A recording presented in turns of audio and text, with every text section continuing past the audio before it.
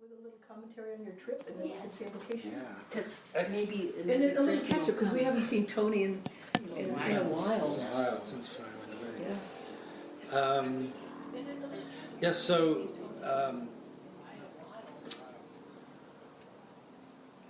first half of October, Stephen Herdenstein, who heads up Anchor Publishing, translated. and one of the translators of what we're going to be reading tonight.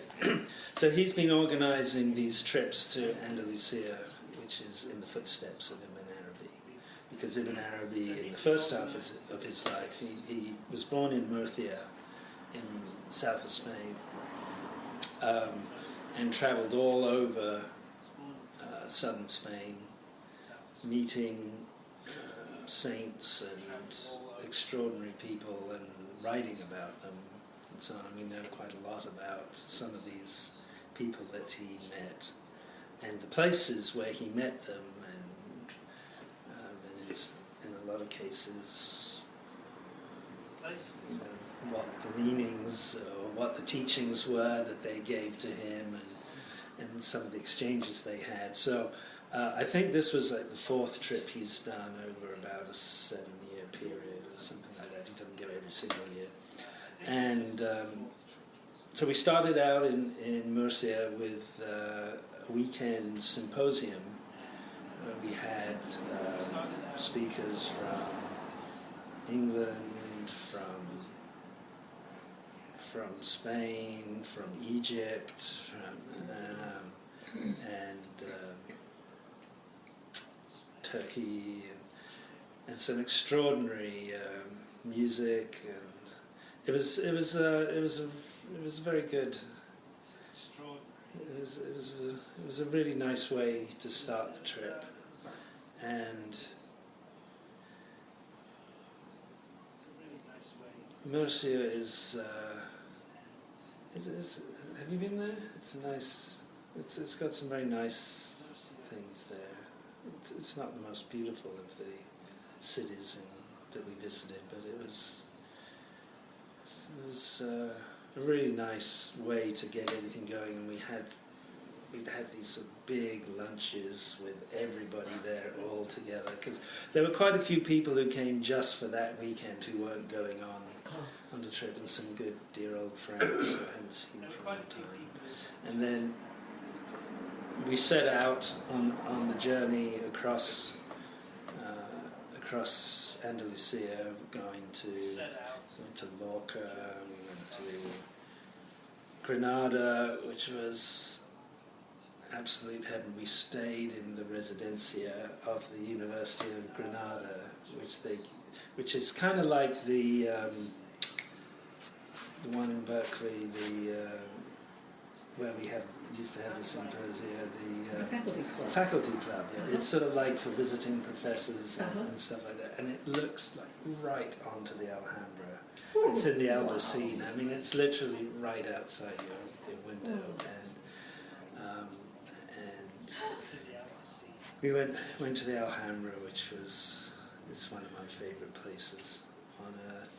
And even though the place is absolutely packed full, you feel like this incredible stillness and stuff. And the whole time we went to Cordova, Ronda, and all these little villages up in the what they call the White Villages, up in the hills.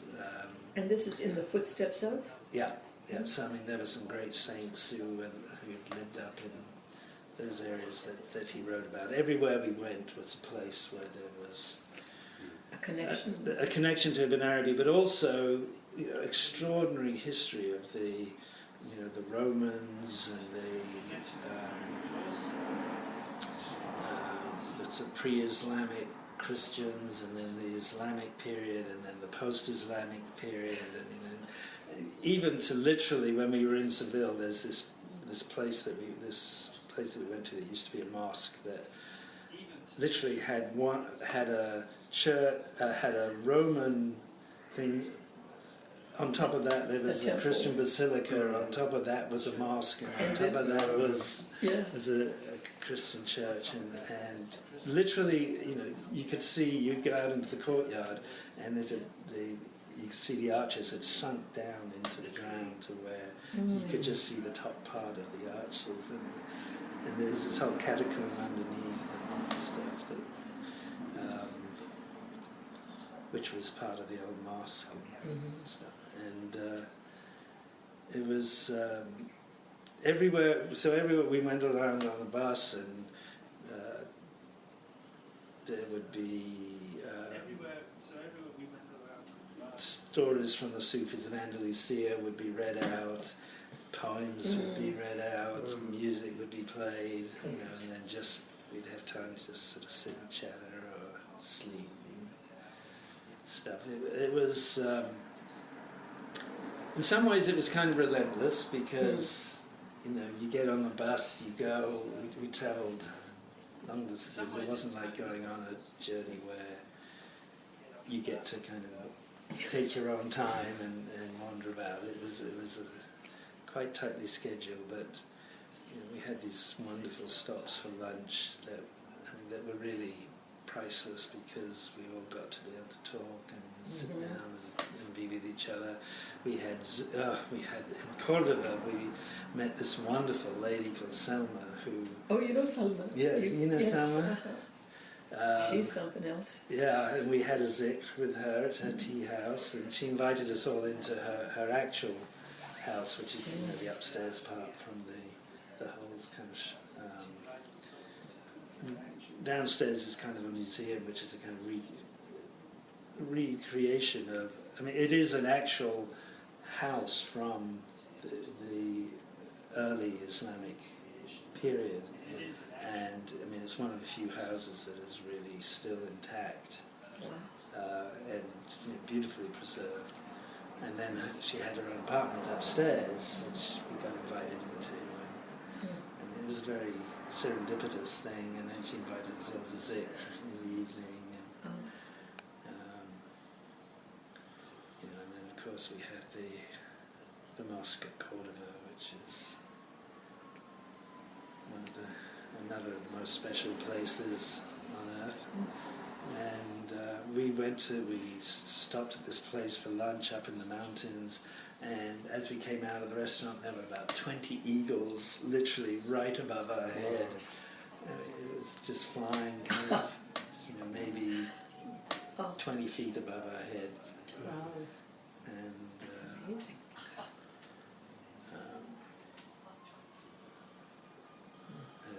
It's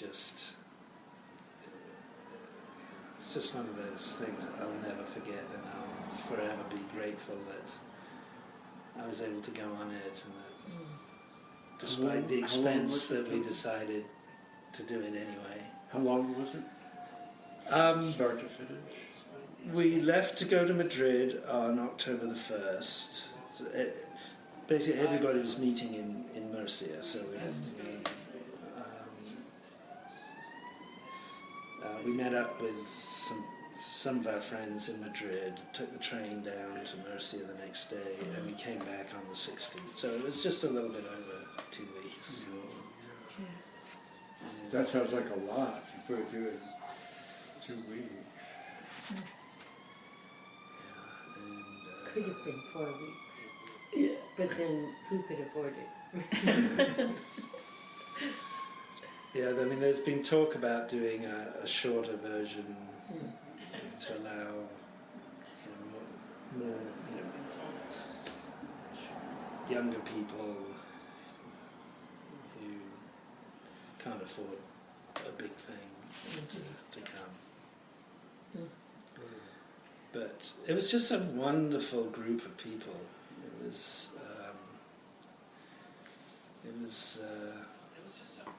we just made such good friends,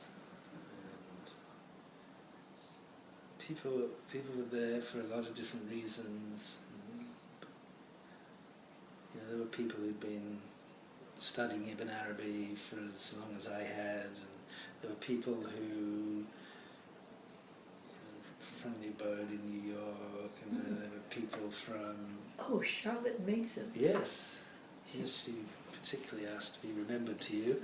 And people from Colorado. I mean, they're mostly Americans. I mean, they're predominantly Americans. I guess they were about 2/3 American, I guess. I put together a whole web thing that tracked our journey and had some statistics of where everybody came from and what nationalities they were, division of male and female, and just for fun, and lots of little pictures around. It's up on the internet, or it was? Yeah, well, I posted it on the English Ibn Arabi Society website. Not website, Facebook page. Oh, So if you dig back into the Facebook archives of around October.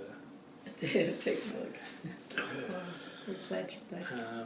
Really glad you're back. But it was such a wonderful kind of interior and exterior journey. And we had these evenings where Stephen would pose questions based on things from Ibn Arabi's Fusus Al-Hikam. Like he had this conversation with one of the saints from who lived in Granada. And this was before the Alhambra was built. And he talked about the 4 types of men. And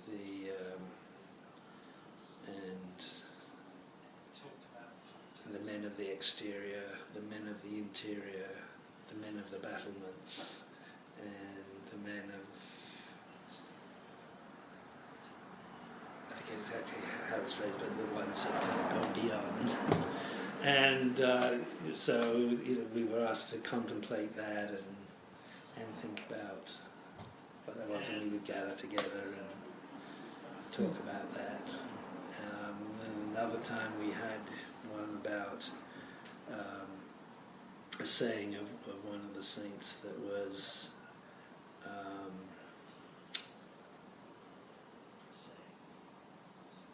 slipped out of my mind now. I'll find it later, but it was another thing. It was somewhere to my tongue. It was a wonderful thing to contemplate. I'll find it later. And we also then, just outside Seville, there's this whole Roman town of Italica, which was the biggest Roman city outside of Rome, and it's all ruins there. But it's a place that Ibn Arabi talked about. There's a kind of little Colosseum arena thing where he would go. He went at a certain point for about 4 months or so, and just to be amongst the dead and contemplate that. I mean, it's one of these things he talked about, and so we all kind of went we all went to find our area to go and contemplate, and then just walked around this town. It's extraordinary. I mean, some of the mosaics are still very carefully preserved. It was absolutely fascinating, the whole thing. Yeah, I can feel it around you. It's like, Well, what a beautiful trip.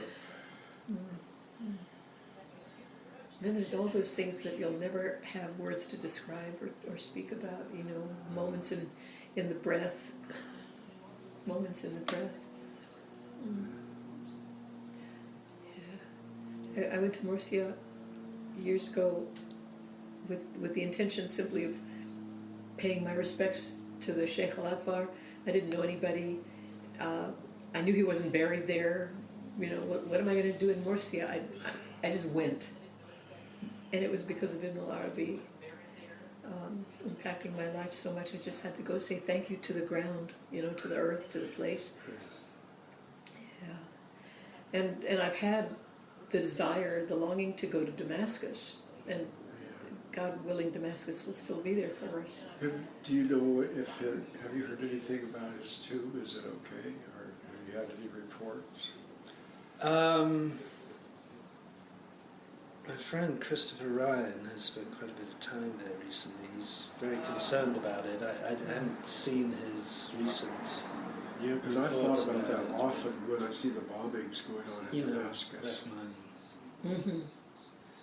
He's spent quite a bit of time there. We can check. I mean, who No. to check with, you know? Well, doesn't Andrea Holbright? You know who I mean? Yes. Her husband's from Syria. Huh. Has family in Syria. Maybe we could ask her if she has any idea. Another friend of ours from the society. Well, let's change our breath, and in just a moment we'll take hands and say the invocation.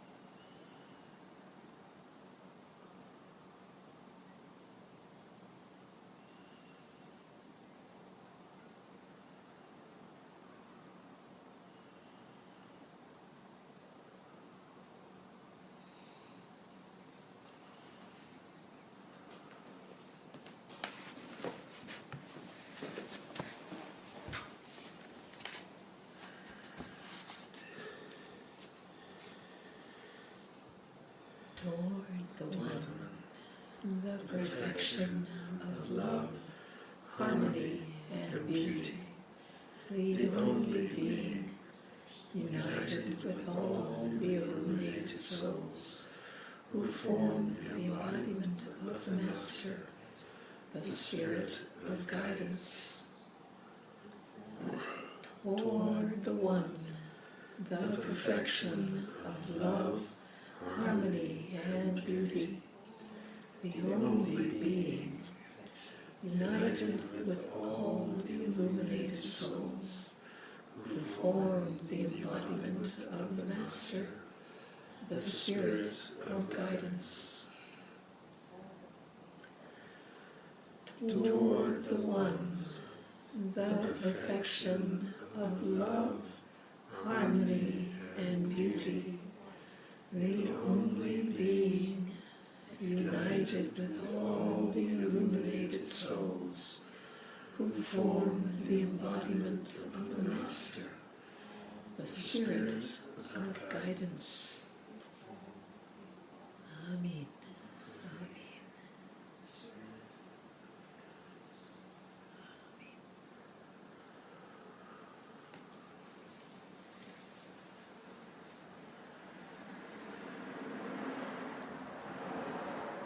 أعوذ بالله من الشيطان الرجيم بسم الله الرحمن الرحيم الحمد لله رب العالمين الرحمن الرحيم مالك يوم الدين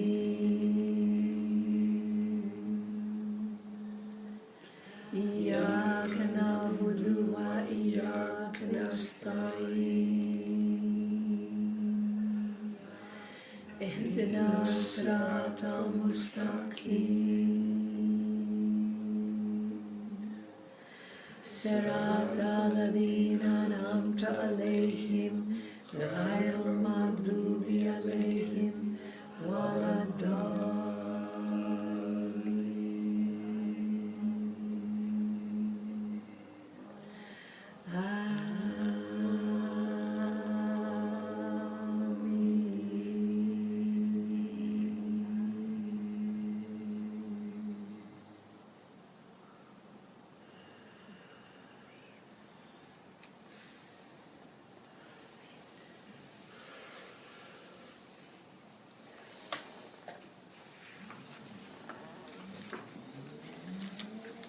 I'll be listening tonight. If you have a copy, it's just my eyes are getting pretty fuzzy. Thank you. I have one. Thank you. Do you know it? I'm going to leave these with you. Sikander, you have? I forgot to print it, so. You're so up to date. Petrol, please for a glass of water. Please. Thank you. Did I get anything from you, William?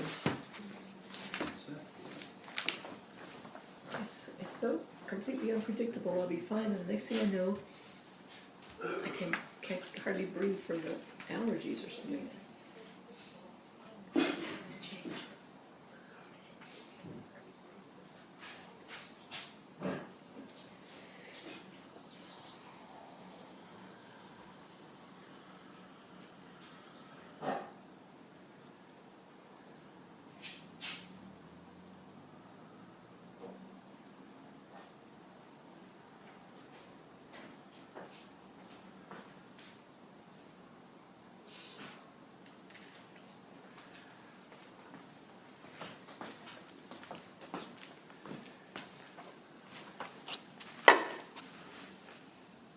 Thank you very much.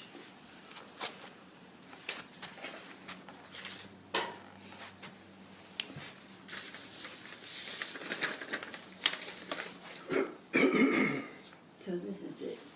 Your first official Ibn Arabi It is. class. But, It's my third one that I've been to, Yeah, that's what I but thought. the last two you weren't here.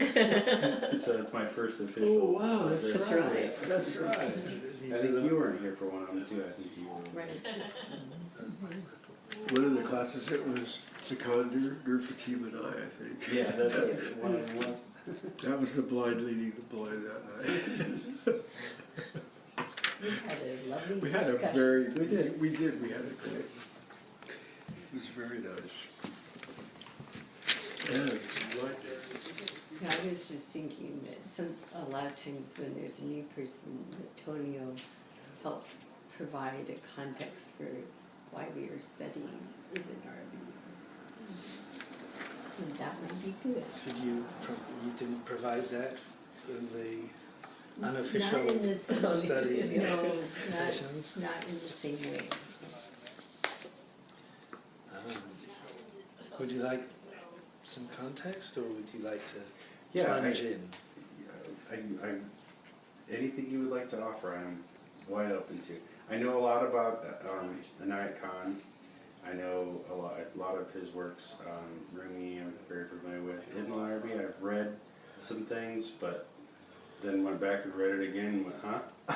So, yeah, it's You're definitely, the only person who's done that. right, definitely an individual I'd like to know more about and dive deeper into. He's somebody who is really unique. There was no school that came up around him in the sense of a tariqa or anything. I mean, there've been followers, people who have based their writings and so on Ibn Arabi, but he's called Al-Sheikh Al-Akbar, which is the greatest teacher. He called himself, and is generally considered to be the heir of Muhammad, in the sense that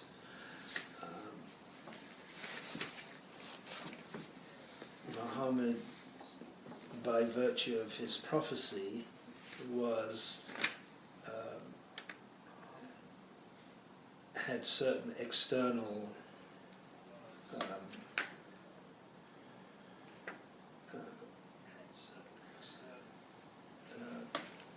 requirements, and could not directly say everything that he knew. And Ibn Arabi was told by the Prophet to bring forth all those things from the interior that had remained kind of latent. So the whole of Ibn Arabi is based on the Quran. There's probably nothing that is not either directly an elucidation of the Quran or the sayings of the Prophet, and for him the Quran is a living being. It's not just words in a book. He talks about his conversations with the Quran, and Ibn Arabi, I mean, his writings are a living thing because it comes from the most lively place in the universe, really. I mean, in that it's, it comes from the deepest source, the origin of life itself, so that it's continually revealing new things to each reader in different times and places, and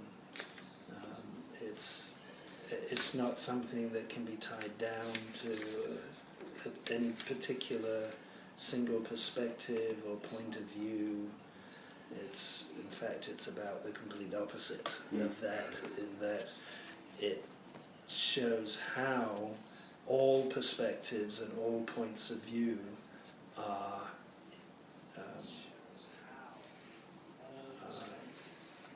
necessary, are continually active, that there's and yet everything coming from a single source that expresses itself in innumerable ways and can be viewed from innumerable perspectives. And probably the heart of all that he writes is the hadith. It's from the hadith: I was a hidden treasure and I love to be known, so I created the world that I might be known. This is critically important, what you just said, because there's absolutely no space whatsoever for dogmatism. Where do you hold on to it? Because it's continually revelatory. So then anyone who grabs it and says, this is what it means, my interpretation is the interpretation, this is what it means, they've lost it. It's gone. They don't have it.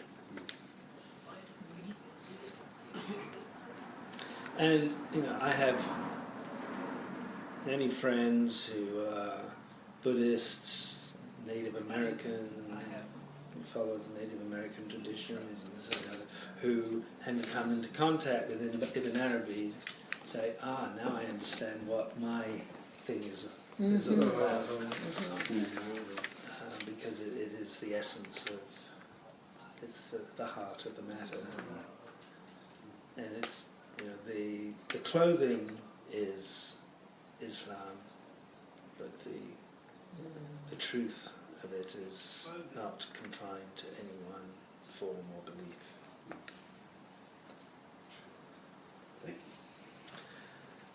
And this translation, this is the second chapter of the Fusus Al-Hikam, The Fusus Al-Hikam means it's a play on words, but it basically means the bezels of wisdom, or the settings of the stones of wisdom, with the idea that the prophets are the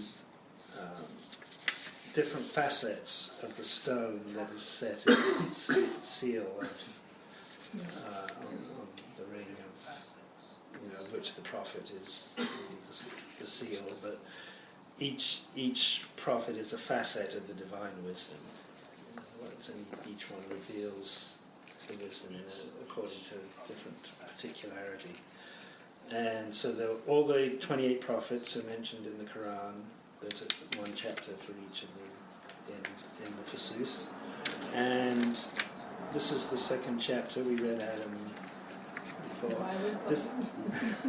This is a translation done by 3 people, Stephen Hertenstein, Jane Clark and Cecilia Twinch, who all live in Oxford. I was talking to Stephen about this, and each one works on a different chapter. Occasionally they will get together, and if one of them says, what do you think about this, or what do you think about that, but mostly each one is doing their own stuff, which I thought was interesting, because I assumed they were working on it together. But I guess it's difficult to find enough time to get together collaboratively. So this one was Stephen. So, The first one, Adam, was Stephen too, wasn't he? I don't remember. At the time, I just assumed it was collaborative. So I'm going to read this first note, and then because this provides very good context for this chapter, and then we'll read the text. May I ask you for just a moment? It's 8:42 in about 1 hour. Would I let you know that's a 9:45? Okay. Yeah, so this will be a short study. Literally, the wisdom of breathing out softly. So this is each chapter is headed with the particular wisdom of that prophet, and this one is the wisdom of expiration and inspiration. Literally, the wisdom of breathing out softly, nafathia. The root means not only breathing out over something, blowing or spitting or ejecting from the mouth, as in a snake ejecting venom, but also casting or putting into the heart. For example, the Prophet Muhammad said that the Holy Spirit cast or inspired, nafatha, into my heart, that no soul will die without it receiving its full allotment of provision. The chapter title thus suggests both what is cast by the divine into the human heart, i.e. gift, and what emerges from the human mouth, i.e. request. This chapter, second in the Fusus, corresponds in the world of letters to the Ha, and in the realm of cosmological descent to the preserved tablet and the universal soul. Ibn Arabi also describes this degree as the spirit which is breathed out, manfuk, from him into the forms, which are arranged and shaped after being perfectly wrought in symmetry, and relates it to the divine name Ha'ith, the one who sends out a messenger to a people and raises from the dead. In this meaning, the chapter can be called the wisdom. In this meaning, the chapter can be called the wisdom of expiration, in which the breath of the all-compassionate effuses existence over the essential realities, which are receptacles for it and become manifest as forms.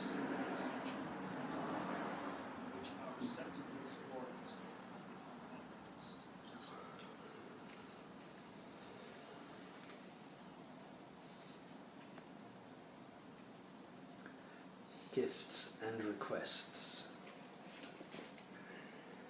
Know that there are two kinds of gifts and favours which manifest in the world at the hands of the servants, or by other means. Some of them are gifts of the essence, and some are gifts of the names, and these are distinguished by people of taste. Likewise, some of them are given due to a request for something specific, and some come from a request which is non-specific, while some are given without any request being made, whether they be gifts of the essence or the names. A specific request is like when someone asks, "O Lord, give me such and such," specifying something without thinking of anything else. And a non-specific request is like when someone asks, "O Lord, give me what you know is good for me," without being specific, for every part of my being, be it subtle or dense.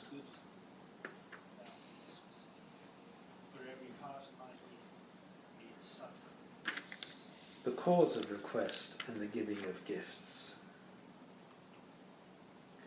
Those who ask are also of two kinds. One is prompted to ask out of natural impatience, for humankind is created hasty, while the other is impelled to ask because he knows that there are certain affairs with God where it is already known that they cannot be obtained except after a request. And he says, perhaps what we ask of him, glory to him, is of this kind.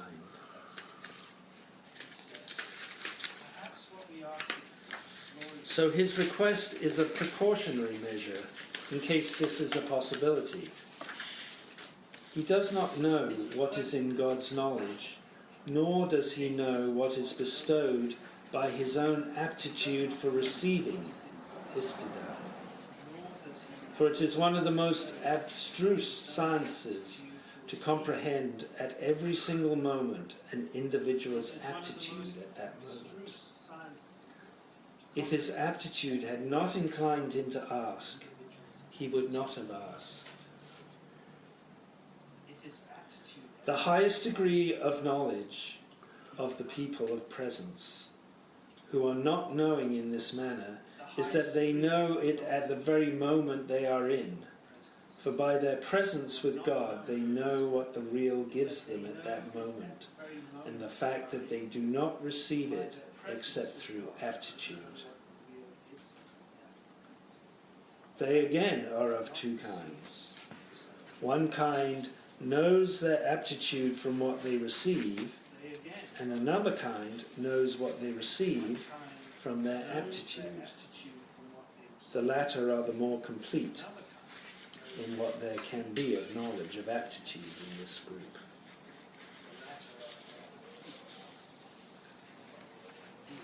Among this kind, there are those who ask neither out of impatience, nor because it is a possibility that they will receive.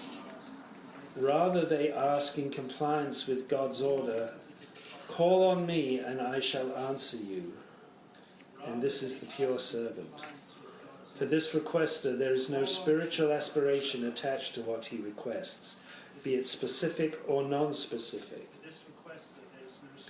Rather, his spiritual will is entirely in compliance and accord with the orders of his master.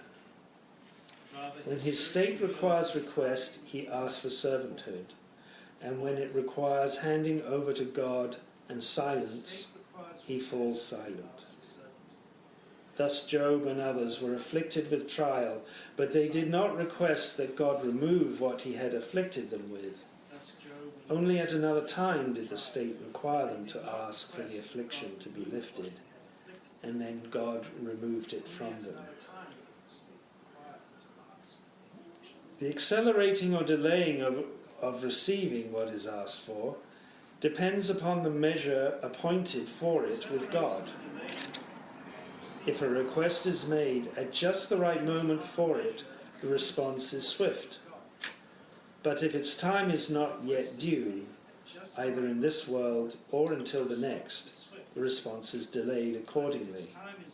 That is to say, the receiving of what has been requested, not the immediate response from God, which is, I am here for you. So understand this.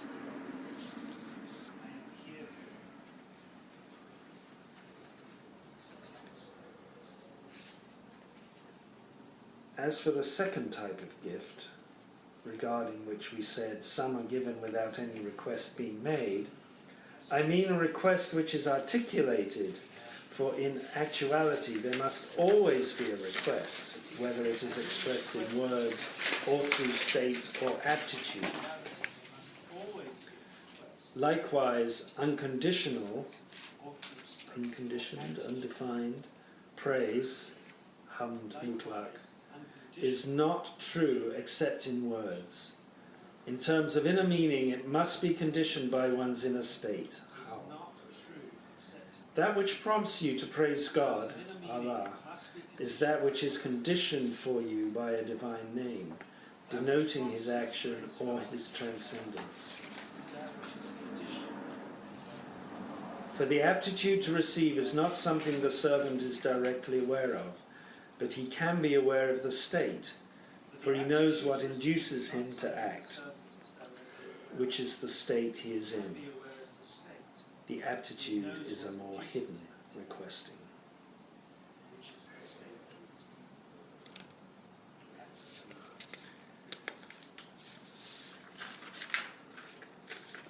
Let's pause there and reflect and discuss.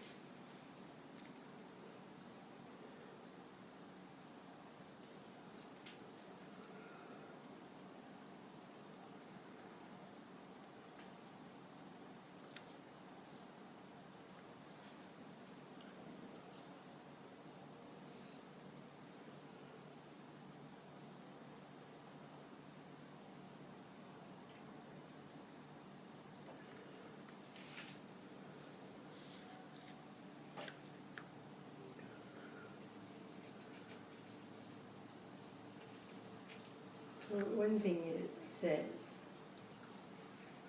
to me, this is talking about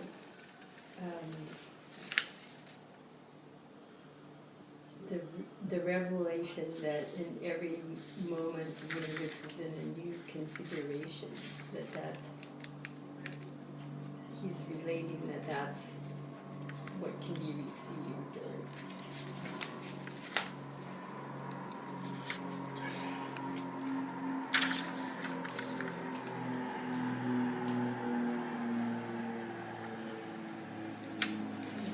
Yeah, and I think it's worth considering that because this chapter follows on after Adam, and Adam is about the fusion from the point of view of the One in the creation of the world, and the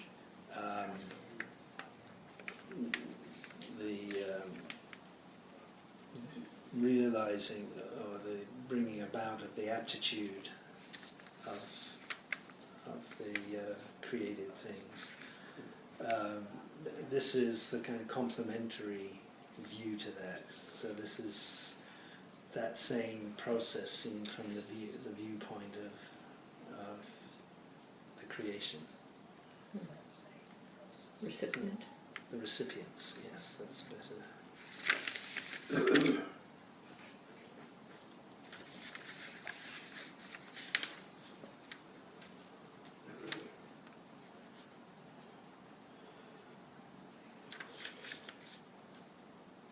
Would you say that under the cause of request and the giving of gifts, where the one is prompted to ask out of this natural impatience, this kind of almost reflexive.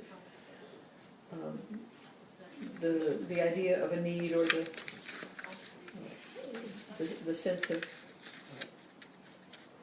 a lack, calling forth that almost knee-jerk response, I'm hungry, give me food, like that, would be the first kind. Then the second one says, affairs with God, where it's already known that they cannot be obtained except after a request. Then I don't quite have the second kind of request. Is it a non-stated request then?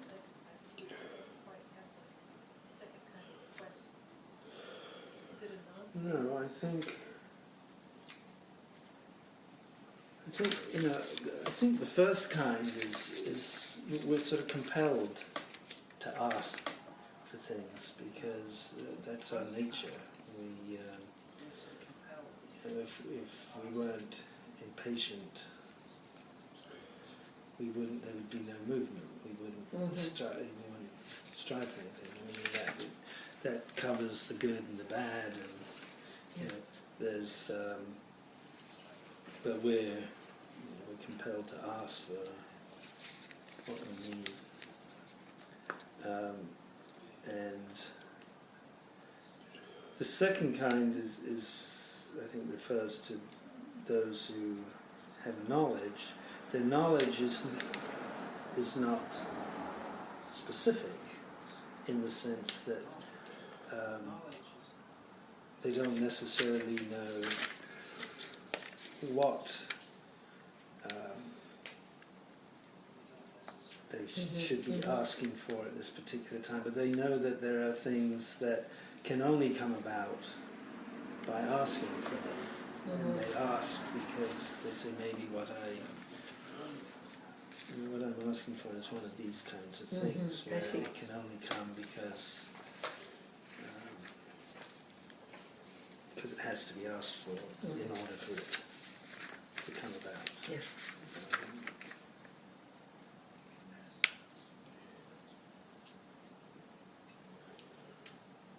I'm trying to think of an example, but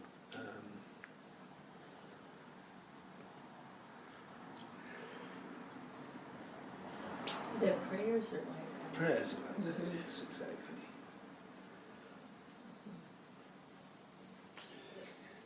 The first part there under gifts and requests at the very end there, oh Lord, give me what you know is good for me without being specific.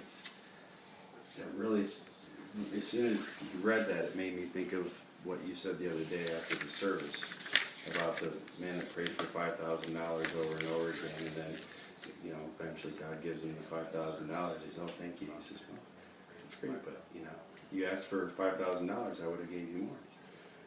And that, I think that really spoke to me the same message, and really makes me think of the fact that open up to the idea that or the realization really that we don't know how far God's gifts can reach. We have no idea what they might encompass or be, and what we're already receiving that we're just not open to. So I think Oprah did this thing once. She sort of asked people in the audience to ask for whatever you want, and some woman said, I want tickets to see Beyonce or something. That's what you want. And the next person said, I want to go around the world. I want, Right. And the first one said, I didn't know you could ask for that. I said ask for it, whatever you want. I mean, and it's just a sense that we keep ourselves very small by limiting the bounty. That's giving. It's like when we say in the prayer, lead me on the path that your wisdom chooses. We know that God's wisdom is there, but we know that we want to be led on the correct path, so we ask, but we don't know what the path is, and we don't know what's going to come, and we don't know what it's going to be, but we say, God, please lead us on the path of your own wisdom, or give us your own goodness, things that or draw us closer to thee, you know, that kind of thing. Become, you know, let me draw closer.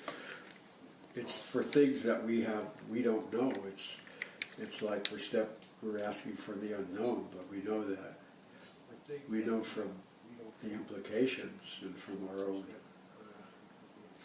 interior that is a working way that God works. And so we just say, you know, please lead me, please guide me. I don't know. That seems like to be the second one. Because when you're asking for something specific, you say, please heal my sister from cancer or something. Or, but the other kind is where you're saying, you know, I know that I want to be closer. I know that you want me to be closer. So show me how to do that. That's something different. Is that right? Yeah. I mean, Could almost insert in there the difference between my will and thy will. It's like, I know what I want. I want that car. I want the I. It's the I that precedes. well, I mean, but there's also the thing, you know, about heal my sister, and so on. My sister doesn't have cancer. No, I get it. I made that up. I get it. God but forbid. There is a real distinction between asking for something for someone one loves and something that you feel is good for that person, and saying, praying to God to do what He knows is the right thing. Exactly. And not, Yes. I usually, whenever I pray, a lot of times, I usually find it hard to ask for things because I'm always of that mind to say, you know, whatever your will is, it's going to be the best of all possible conclusions, you know. But I think from what he's saying here, that he's saying that's not the only. That's not the only approach here. Because we're talking about knowledge here, and there are a lot of subtleties. And I don't think it's the perfect antidote to people who rave on about the secret and the laws of attraction and all that stuff. Yeah.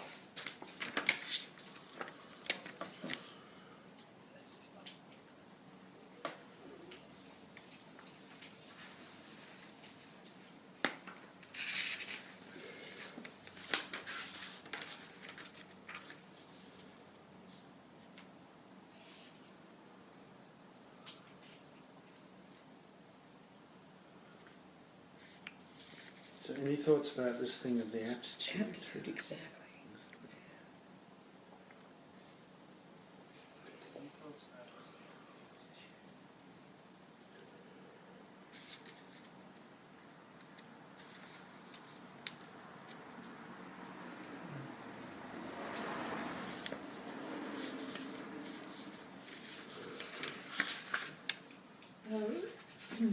There's the sense that different divine qualities are dominant in different people, and so that's related to how what aptitude they have, is the connection to particular divine quality.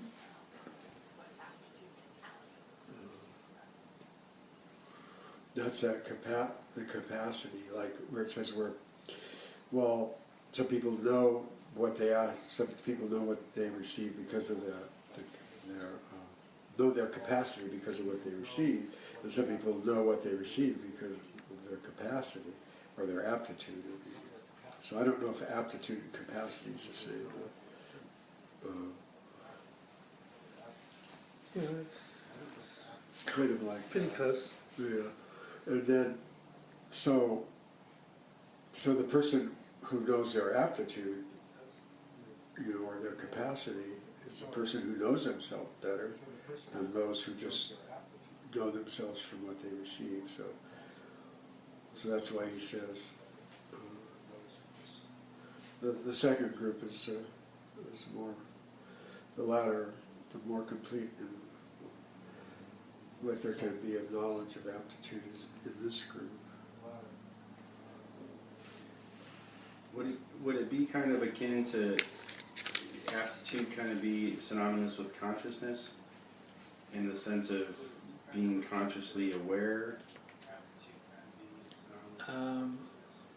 Here he talks in the note, and he quotes Chittick as saying it's the preparedness to receive. And I think, well, consciousness is definitely a prerequisite. I think it's something a bit more specific, because the aptitude of each person is quite distinct. And in Adam, when he talks about the blowing of the breath into Adam, who represents the whole of humanity, it talks about that as being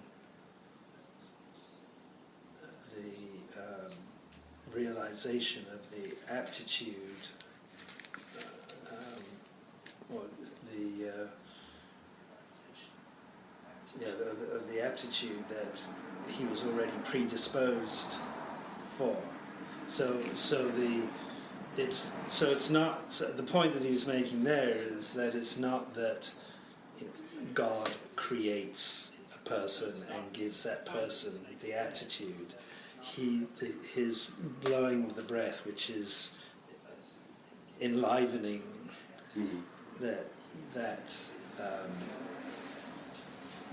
receptacle, if you like, is because of the aptitude that the thing already possessed, because there's actually no distinction between the two. It's not a cause and effect thing, or a I'm here, you're there kind of thing.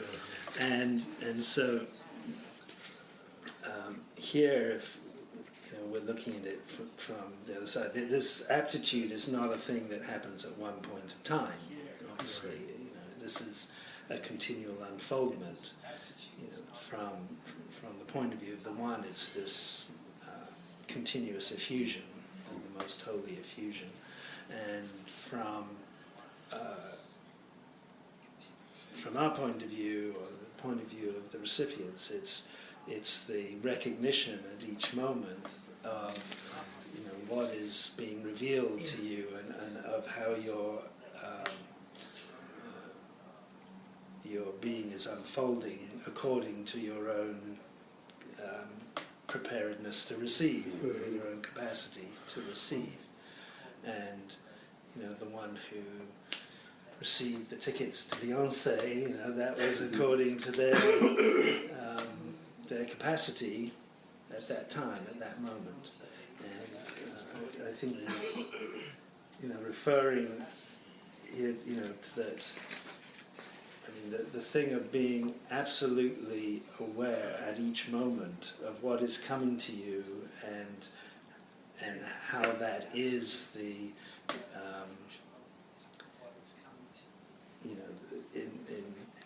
complete accord with your own capacity is obviously a very difficult thing. Question then, where it says it of the moment, right? They know what the Lord gives them at that moment. At that moment. So, but that's what I wanted to ask about is when Hazrat Gabriel appears to, peace be upon him, to Mary, God be pleased with her, and she contracts, right? She's scared. She withdraws, and once he says, "Be at ease," be at peace, then he can then he can give the gift. Because, and it says in that chapter, if he had given her the gift at the wrong moment, we would have had a different Jesus. Peace be upon him. Right, so it wasn't just her aptitude, which she carried, you know, but it also had to do with the condition of that aptitude in the moment. So we may have the capacity or the aptitude for something, but we're in the wrong frame of mind, or somehow would limit the bounty that we could otherwise have received, God willing. And then I think for myself, when I'm, to use your word, conscious, when I'm unconscious or less conscious, or really my own mental workings and emotional stuff is the veil that keeps me from seeing more.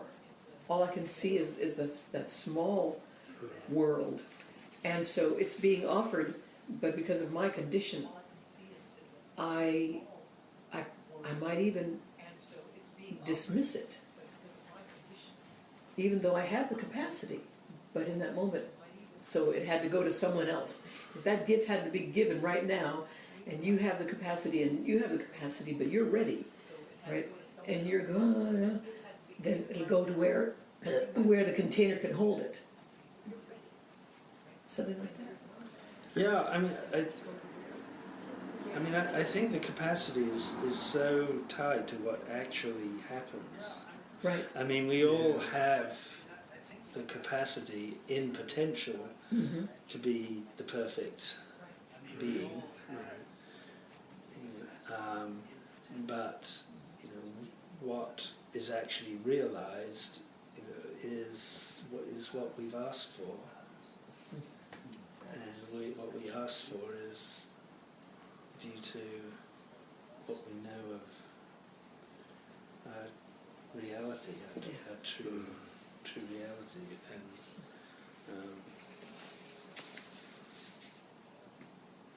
so the fact that we all have the capacity, and we know that given the right conditions and everything, we would make the perfect choice and decision, but we time and time again. Does capacity evolve?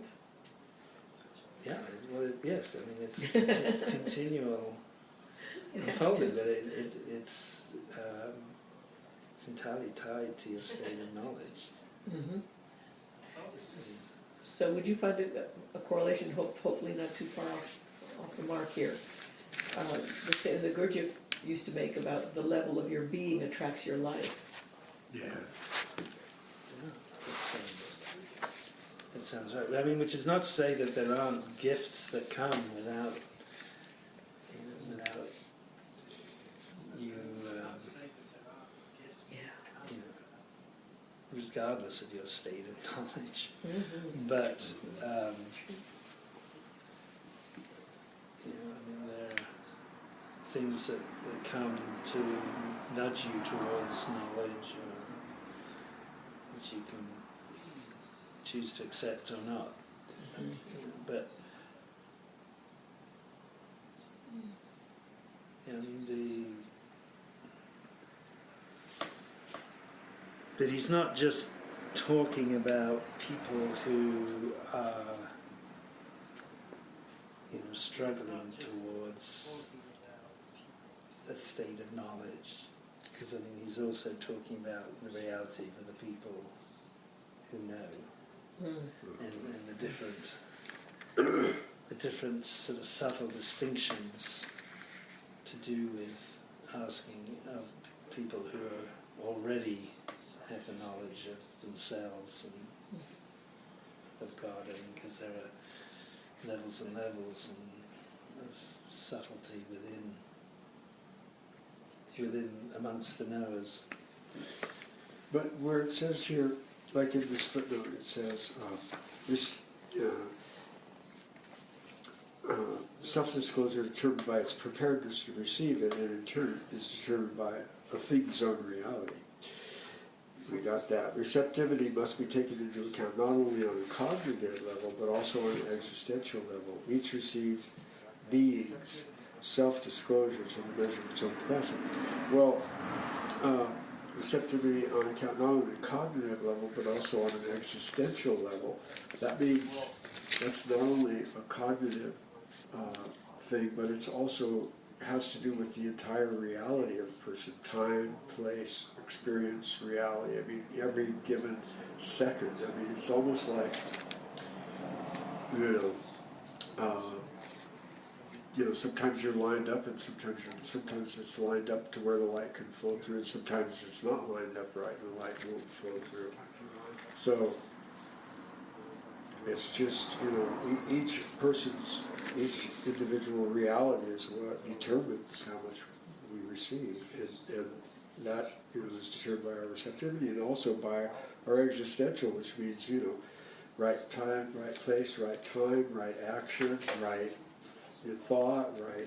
It's like that thing Hazrat Anayat Khan says, and we've been studying about life is music, and everything. And when the music is, you know, when everything is together and everything is harmonizing, the music is there, you know. But when something's out of tune, or there's, you know, there's something missing, or, you know, who knows what, you know, it could be, you know, there's a billion different things that could make that music not be perfect at that time, you know. And then when it is, you know it, and it's like, wow, everything just came into you know, that moment to make it that special revelation.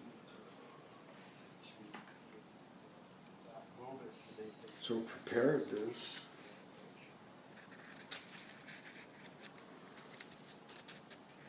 So does our request determine, does our preparedness determine our request? I mean, so like, to as much as we're prepared for is what our request, no, that's not right. We're trying to take it on. Yes.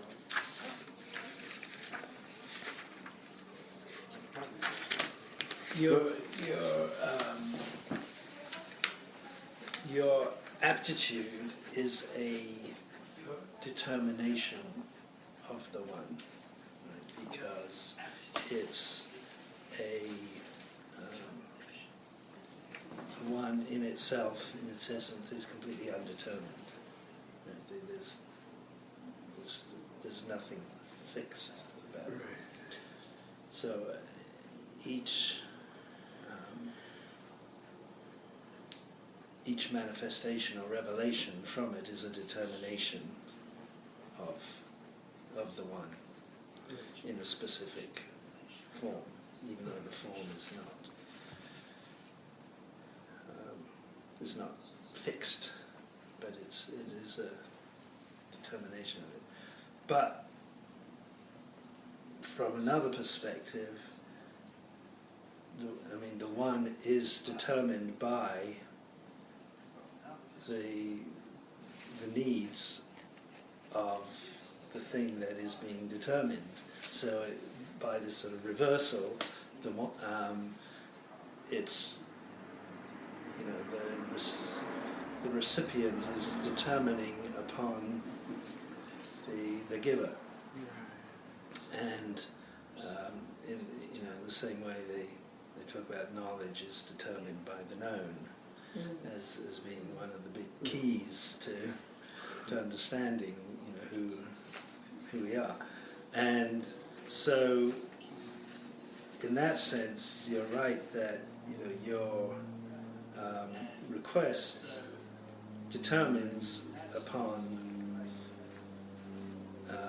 the one you're requesting from.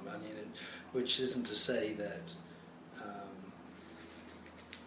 as he explains, that by making a request, it's going to automatically, you know, that particular request is going to be fulfilled. You know, at the very least, you'll get the response of "I'm here for you." Is that the specific request? No, it's just saying that's true of any request. I mean, just in terms of in relation to when the request is fulfilled. I mean, if it's in the nature of things to be fulfilled, it will be fulfilled either immediately or at some other time. If it's not in the nature of things to be fulfilled, will never be. Well, that's a good point. But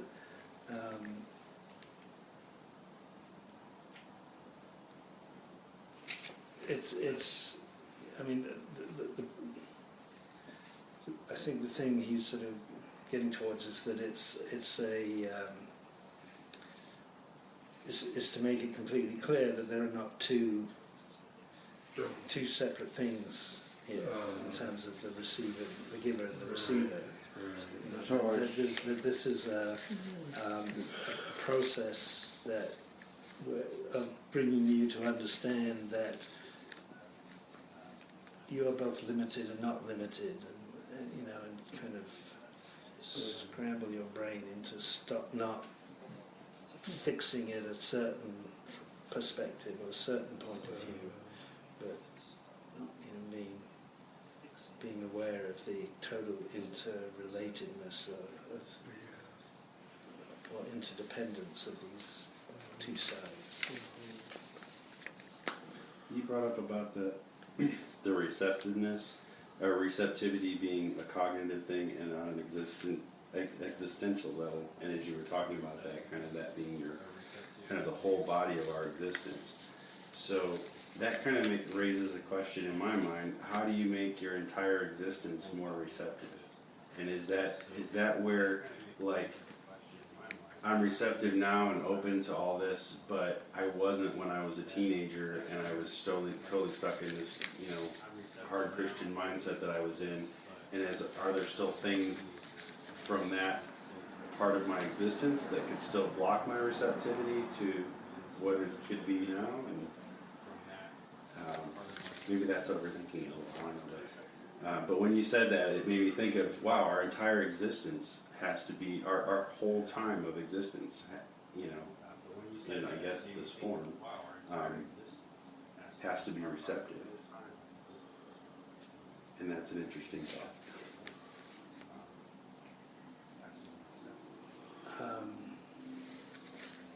It's kind of interesting in relation to what you were saying about Mary, because I mean all of these things are about our inner reality. So, in order to realize the Christ in you, or the perfect being in you, you must first come to the state that Mary. You must first become Mary and become that receptive person to receive this effusion. And our path to that is through increasing our knowledge of who we are, what our reality is, and so on, and through that growing in love of what it is that we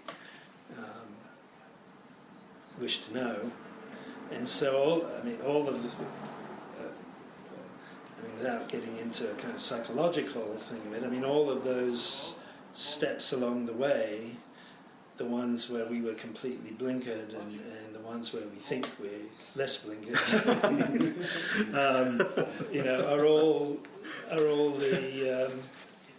are all part of that journey, and we just move forward as best we know how, and we gather in groups, with other people trying to do the same thing, so we can help each other a little bit, and then. But I think these, along with that, is this continual praying to be increased in knowledge, as the prophet prayed for, to be led on the straight way, and all of these things to kind of increase your relation, to forge a closer relationship with that which which you're seeking for, and we do all of that, and then the gifts that come, they have absolutely nothing to do with that whatsoever. I mean, it's never a cause and effect thing. And one of the things he's saying here is, you pray for something, or you ask for something, and it may come now, or it may come a little bit later, and it may have the appearance of a cause and effect type of thing, but that's not it, because the whole thing is about what is in the nature of the moment to be revealed. It's like excuse me. And it's your the person who has the capacity at that moment to receive the thing is the one who will receive it, and it's not necessarily to do with merit or anything. I mean, you take somebody like Bob Dylan in at that time in the 60s, when he was just the person to receive this particular thing that had this impact for so many people, or you talk about Martin Luther King, or people who at the right moment are in the right state of preparedness to receive what needs to come through. It's neither of those people or any of these could predict or know why it was that this came about, and these things may not be known for decades, centuries, because these are all we're just very small people in a very big thing. In terms of the exterior, I think part of the thing, one of the things he's talking about here, is the recognition when the thing comes of what it is and what it implies to you, and always try and stay in that state of servanthood and not attribute to yourself any kind of merit for having received whatever it is that you receive. Yeah. And sometimes, like with the Arabi too, when I'm reading it, it also helps because experiences that we have that are in other words, it kind of explains certain experiences, states, so to speak. It gives an explanation, it talks about it, so then you go like, oh, I think I know what that is, I think I remember how that went or something. And so it not only, has that part of it, but it also has the part of explaining things that you've already experienced that you don't understand. For me, I don't understand some of the things I experienced, but then when I read Ibn Arabi talking about it, somehow it casts a light on it, and I say it makes it. It just explains it, whereas I wouldn't be able to put it in words, and yet when I read it in Ibn Arabi, I recognize it. So it's like that too. So it's not only just to be something that's for people to know that it's something that can be attained, but it's also for explaining things that happen to us that we don't understand. I think for me that happens anyway. And that was just I don't know why I was saying why that came up, except for the fact that it's kind of like the other side of it or something. It's a different it's a reciprocal perspective.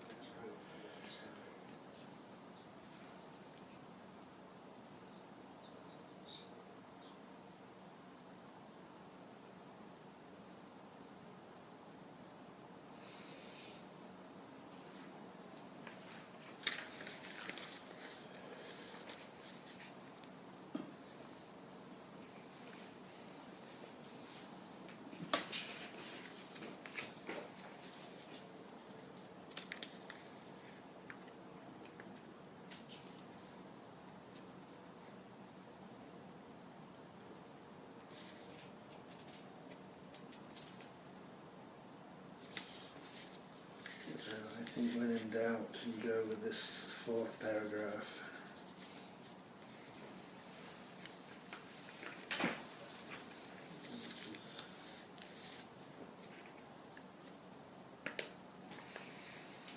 Among the kind? Is that the page you're on? Knowledge of destiny. Among this kind there are those who ask neither out of patience nor because it is a possibility that they will receive. Rather they ask in compliance with God's order, call on me and I shall answer you. And this is the pure servant.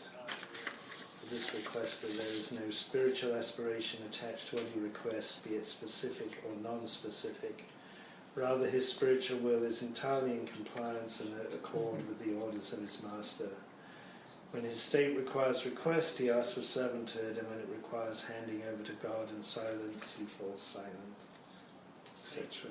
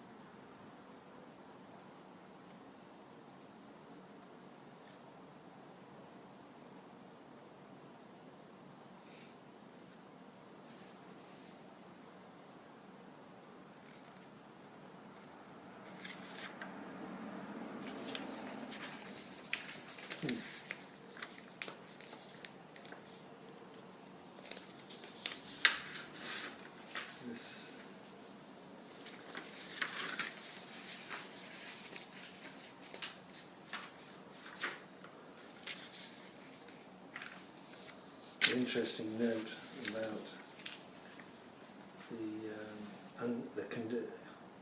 unconditioned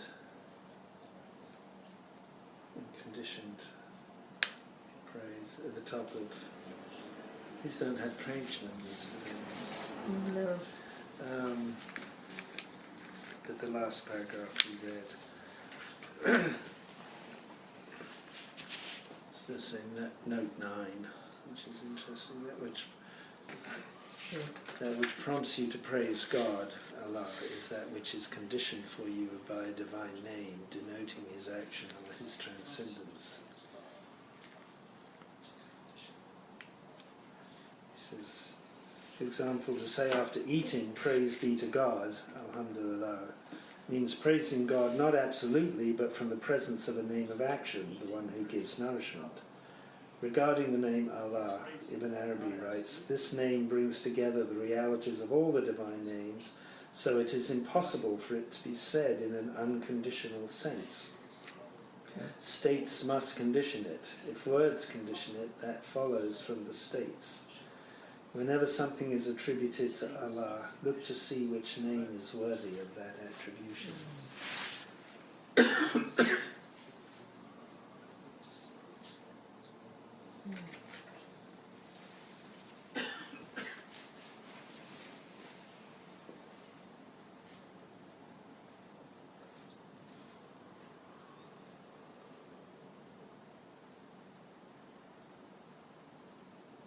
I mean, and that again is very much aligned with the aptitude, because the aptitude, which is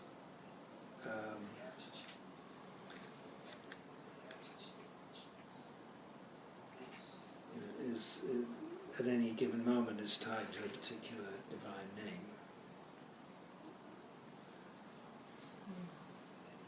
As the realization of one of the possibilities of.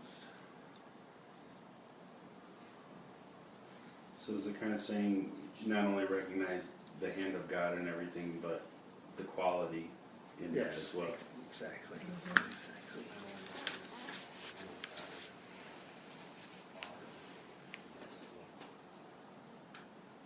Well, if the saying, wheresoever you turn, there is the face of God,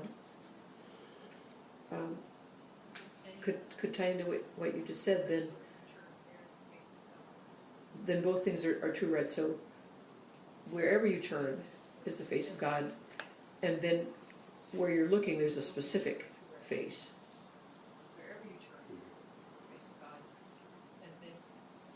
Mm-hmm. Yes.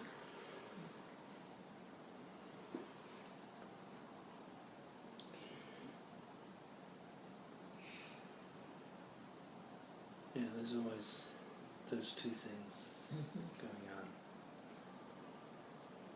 Or the kind of like the encapsulating phrase is that which is transpiring through that which appears. You know, like two things wedded. One is apparent and one is hidden, but the one who knows the hidden.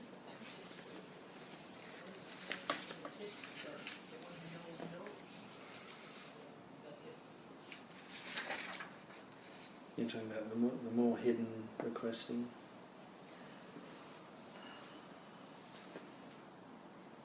No, I think I was referring to what I'll define for the moment as a state of the Gnostic, of the Arif, that they are not deceived, if that's the correct word, but by the apparent or by the form. They perceive the form, they acknowledge the form, and if it's a specific face, for instance, it's that face, and at the same time does not lose sight of the allness because of the specificity of the self-revelation in that instant.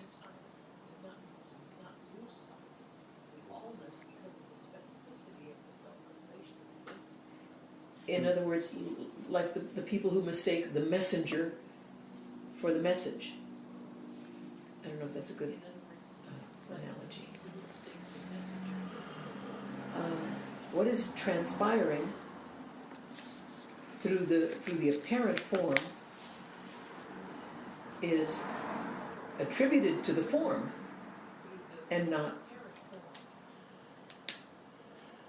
to the all. Yes, yes, yes. So that any of us who stop at any messenger, at any servant of God, we've limited the self-disclosure of God.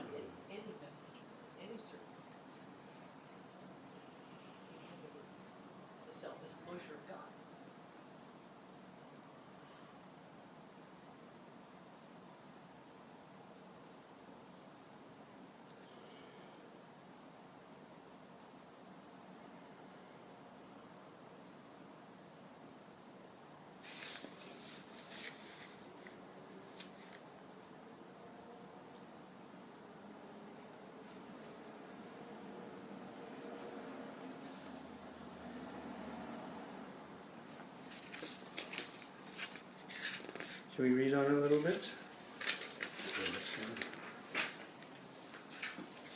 Have 5 minutes. Yep. 5 minutes? Okay. We won't read on a little bit. We can... 9:39. You have. What time do you think you're stopping? 10 till? In order to do the invocation and stuff? Where you want to stop, stop. Okay. Well, we'll read this, and we may not have much time to discuss it. We can discuss it next time. Knowledge of destiny. What prevents such people from asking is only that they know that God has eternal... Sorry. That they know... What prevents such people from asking is only that they know that God has eternally decreed for them. Thus they have made ready their place to receive whatever He wishes. and they have stayed away from their own selves and their personal inclinations. Amongst these there is one who knows that God's knowledge of him in all his states is how he was in the state of establishment of his essential reality, Ein, prior to his physical existence. He knows that God gives him nothing except that knowledge of him which his own essence bestows, and that is how he was in the state of his establishment, until he knows from where God's knowledge of him comes. There is no category of the people of God that is more elevated and knowing through unveiling than this, for these people comprehend the mystery of destiny, Sir al-Qadar. They are of two kinds: those who know this mystery in a general way, and those who know it in detail. And the one who knows it in detail is more elevated and complete than the one who only knows generally. For he knows what is in God's knowledge concerning him, either by God himself informing him what knowledge of him is bestowed by his essence, or by there being revealed to him his own established essential reality, Al-Ain Al-Thabita, and the endless succession of states that flow over it. And this is higher, for in his knowledge of himself he is in the same place as God's knowledge of him, since the taking of knowledge is from a single source. However, from the side of the servant, it is a special providential favor from God which is predestined to him, arising from the sum of the states of his essence, which the possessor of the unveiling recognizes when God discloses it to him, whatever the states of his essence may be. For it is not within the power of a creature, when God discloses the states of his established essence, according to which the form of existence occurs, that in this state he should have revealed to him the disclosing of the real to these established essences in the state of their non-existence, for they are essential relations without form. According to this, we may say that it is a divine providential blessing, Inaya, which is destined to the servant through that parity in the imparting of knowledge. Thus God the Exalted says, "We shall try you until we know," which is an expression precisely establishing the true spiritual meaning, unlike what is supposed by those who are not of this way. The furthest that the transcendentalist can reach is to say that this apparent temporality in divine knowledge is due to dependence of God upon the creature. This is the most that the theologian can maintain through his intellect on this question. If only he had not affirmed knowledge as additional to the essence and ascribed dependence for it, not for the essence. By that he distinguishes himself from the true verifier among the people of God, one who possesses real insight and experience.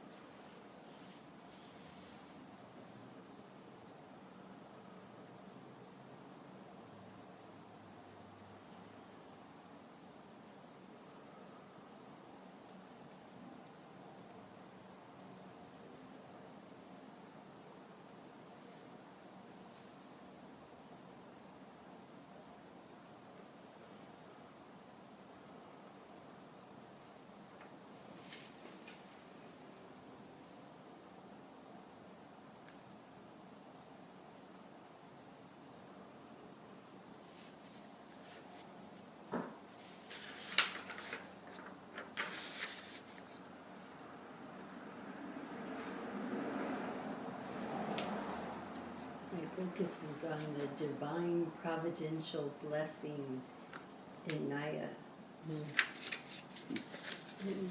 it's like, this is the root of the Naya. Mm-hmm.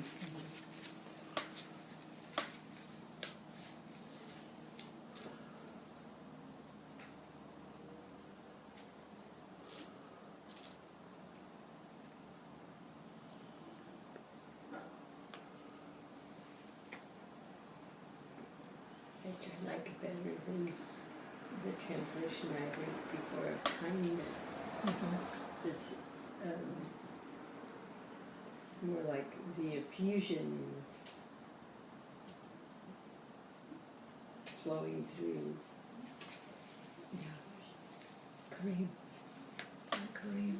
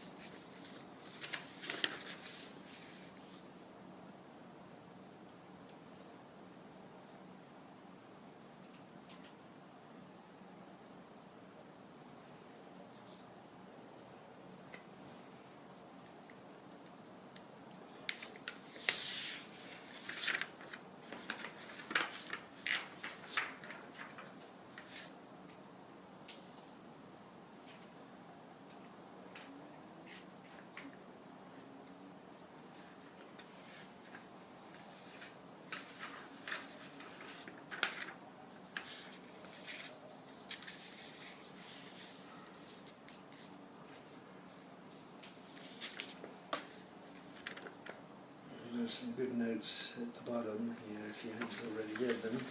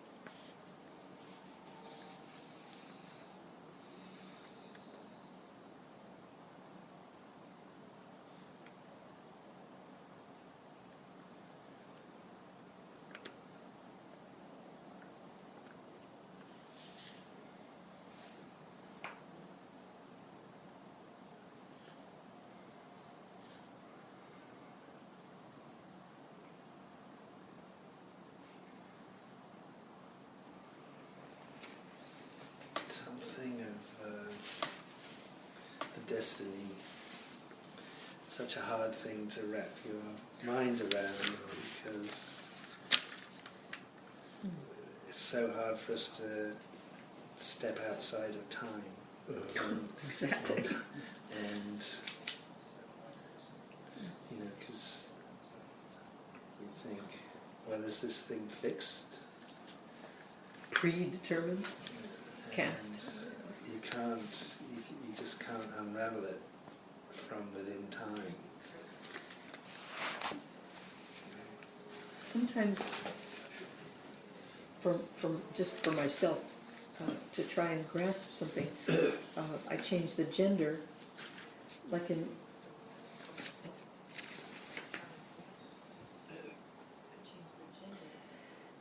on that same page of that last paragraph. They are of two kinds: those who know this mystery in a general way, and those who know it in detail. No, that's not what I was reading.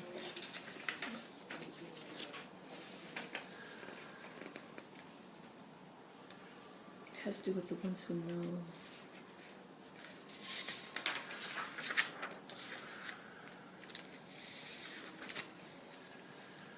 Right above that? Hmm? Right above where you were? Maybe. Yes, thank you, yes. So what prevents such people, and those are the pure servants, so what prevents the pure servants from asking is only that they know that God has eternally decreed for them.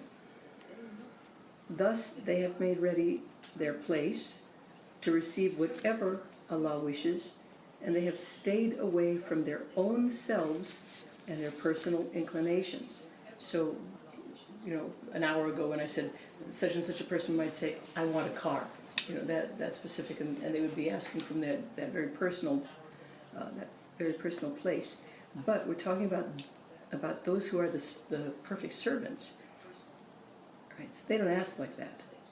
So amongst these, there is one who knows that God's knowledge of her in all her states is how she was in the state of establishment of her essential reality.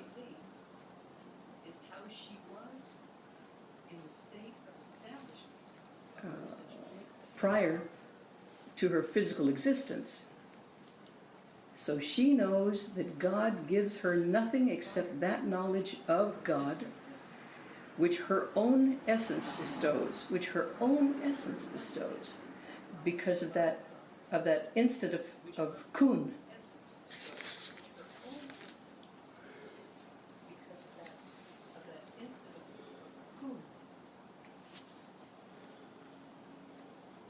And that is how she was, and that is how she was in the state of her establishment.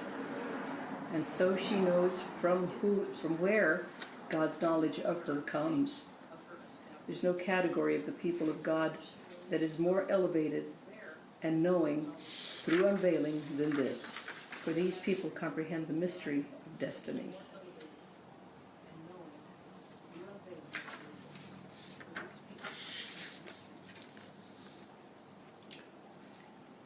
When we talk about the Ayin al-Tabata, that's that state.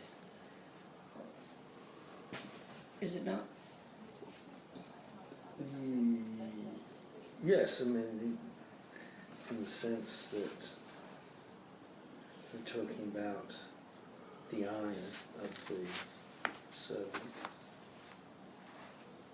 the essence, with all of its possibilities. So, in another chapter, we talked about the predetermination of a thing. So, in that sense,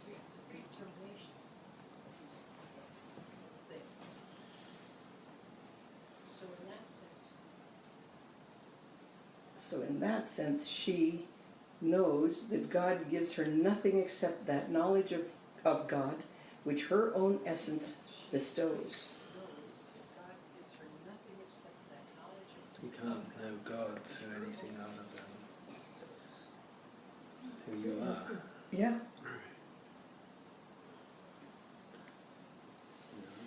I can't know God the way you know God. Exactly. So it's like having each a particular note Yeah, musical note. yeah.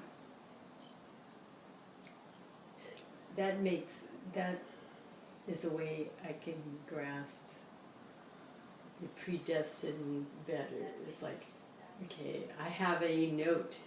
That's my essential note. And it's not so much about the particular details of what's going to happen, but it's like it's sounding that note that's predestined, because that's my establishment. Alhamdulillah. And you can sing that note, play it on the piano, Right. you can play it on the guitar, the violin. We build a house with it. What was happening, what you're saying that is like, because that's one of Murshid Sam's main teachings. He was like, find your note, perfect your note, sing your note. Right? He said, so I went into the forest solitude and I sang my note, right? And from that, everything came from that. I went into the forest solitude and sought my note. So it comes also to mind, to whoso knoweth himself knoweth his Lord.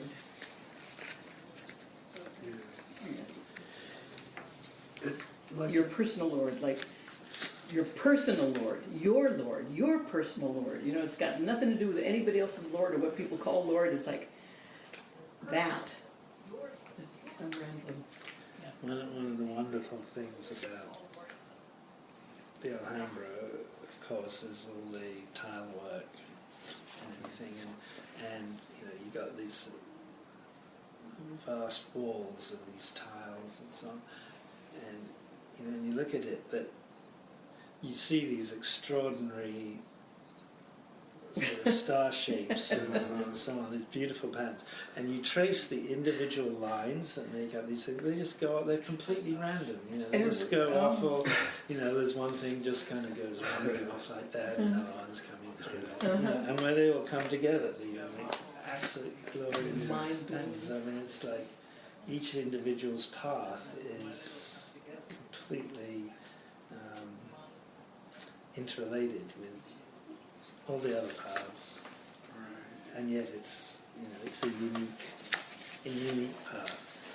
And isn't that also, isn't that related to that thing of Ibn Arabi's where he always, where it's,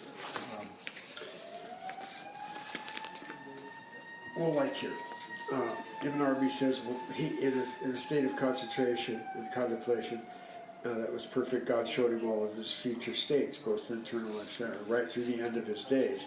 So, in other words, but here in this paragraph it says, however, from the side of the servant, providential favor from God, which is predestined to be arising from the sum of the states of his essence, which is the possessor of this unveiling, recognizes, not that, I mean, this is a possessor of an unveiling, you know, this is not something I've experienced. Discloses to him whatever the states of this essence may be, for it is not within the power of a creature when God discloses the states of established essence according to which the form of existence occurs. So whatever the state of your essence is the way that the form of existence will occur.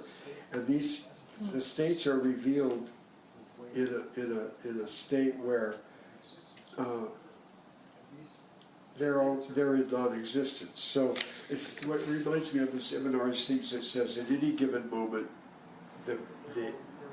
it's the world, it's a perfect world. In other words, God fuses out a perfect existence at the most perfect possible thing that could be happening is what's happening. So if we have a particular essence that and he's talking about somebody who knows their essence, and that their knowledge of themselves is the same as God's knowledge of themselves when he said kun. Obviously, if that person then knows that his essence and knows what that essence implies even the non-existence, then the person would know their destiny, and it would be a destiny which would be unveiled to a person, to Ibn Arabi. He may have been the only one, I'm sure there were others, but because once you know what the possibilities are, then you know what the existence is going to be, because the existence is going to be the ultimate best possible fulfilling of those possibilities. So at any given time, the universe is perfect at any given moment. And it's not a predestiny, it's just a perfection. And if you knew what the essence was, you would know what its perfection is. So if you knew what your essence, what my essence, or an individual knew their essence, they would have an indication of what their perfection was going to be like, and how the various states would be received by them. So it wouldn't be so much predestination as it would be sort of perfection. So to me, it looks like perfection instead of predestination.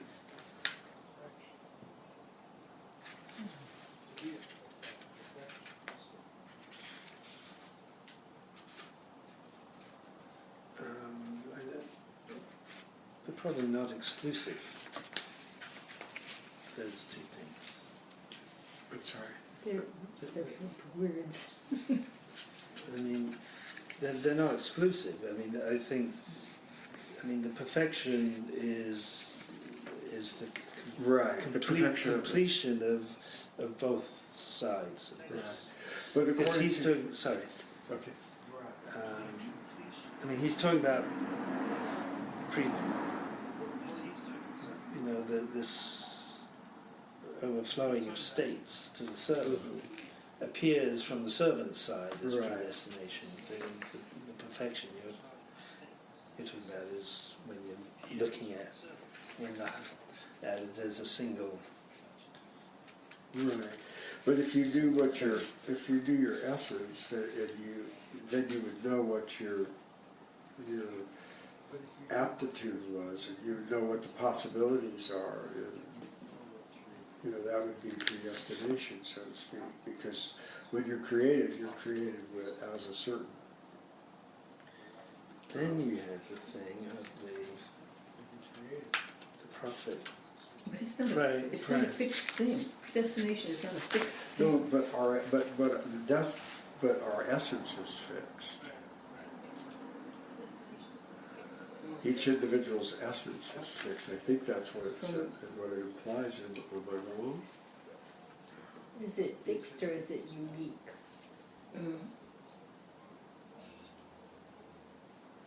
Because it says here, when God discloses the states of, this is the sort of his established essence, according to which the forming of existence occurs, that is the state he should have revealed to him, and disclosing and revealed to these established essences in the state of their non-existence. So that's like that thing we used to say, there's all the possibilities, but everything comes into existence. I mean, everything is in existence just because it doesn't, just because we're in time, we perceive it in time, so to speak, if we're in time. I mean, I know there are states where you're not in time, but if we're perceiving whatever we're perceiving, I lost it. Let's. I had it for a second. Pretzel. I think we should. Because it's getting late, and I think we should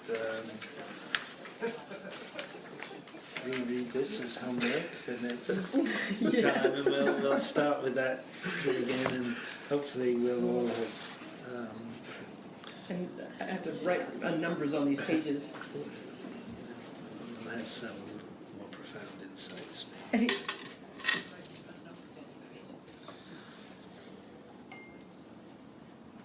It's difficult. It's very difficult. I mean, this, Theory means a mystery. it is, it's not called a mystery for nothing. It's not like a whodunit where you're going to find out the answer. No. Oh.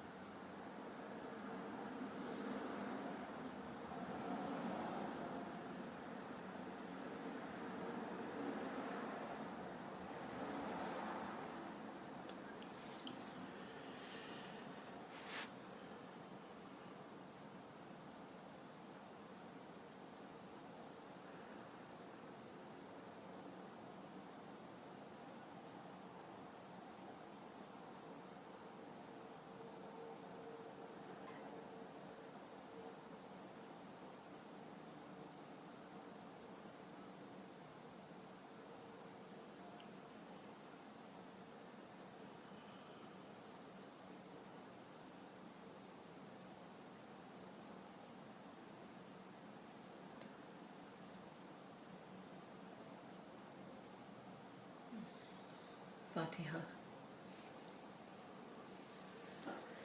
A'udhu billahi minash shaitanir rajim. Bismillahir rahmanir rahim. Alhamdulillahi rabbil alamin. Ar-Rahmanir Rahim.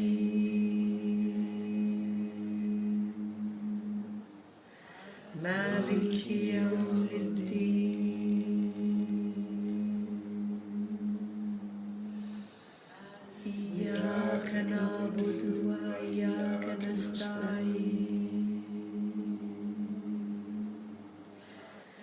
Ihdina as-siratal mustaqim. Siratal ladzina an'amta 'alaihim ghayril maghdubi 'alaihim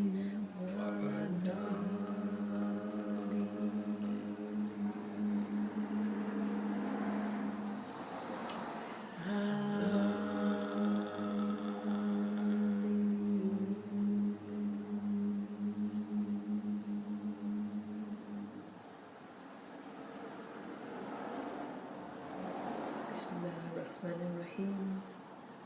Qul huwallahu ahad. Allahu as-samad. Lam yalid wa lam yulad wa lam yakun lahu kufuwan ahad.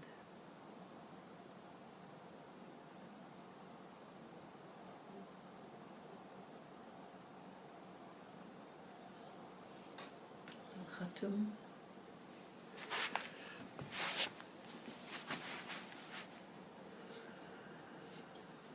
O thou who art the perfection of love, harmony, and beauty, Lord of heaven and earth, open our hearts that we may hear thy voice, which constantly cometh from within.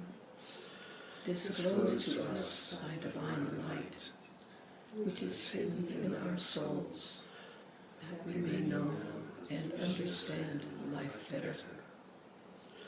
Most merciful and compassionate God, give us thy great goodness, teach us thy loving forgiveness, raise us above the distinctions and differences which divide us, send us the peace of thy divine Spirit, and unite us all in thy perfect being.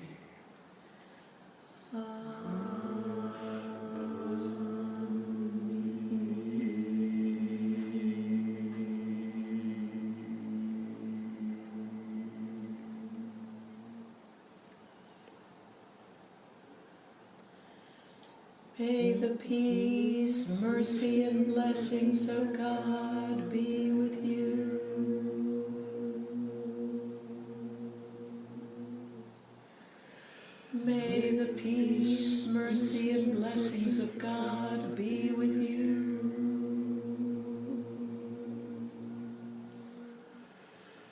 Assalamu alaikum rahmatullah.